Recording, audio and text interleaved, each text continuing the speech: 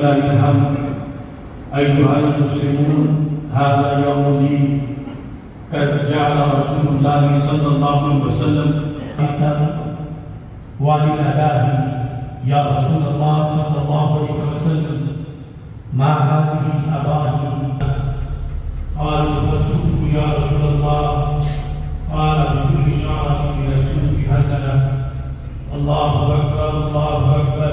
علي بن أبي طالب رضي الله تعالى عنه عن النبي صلى الله عليه وسلم: البر لا يبلى والبر لا ينسى والصيام لا يموت.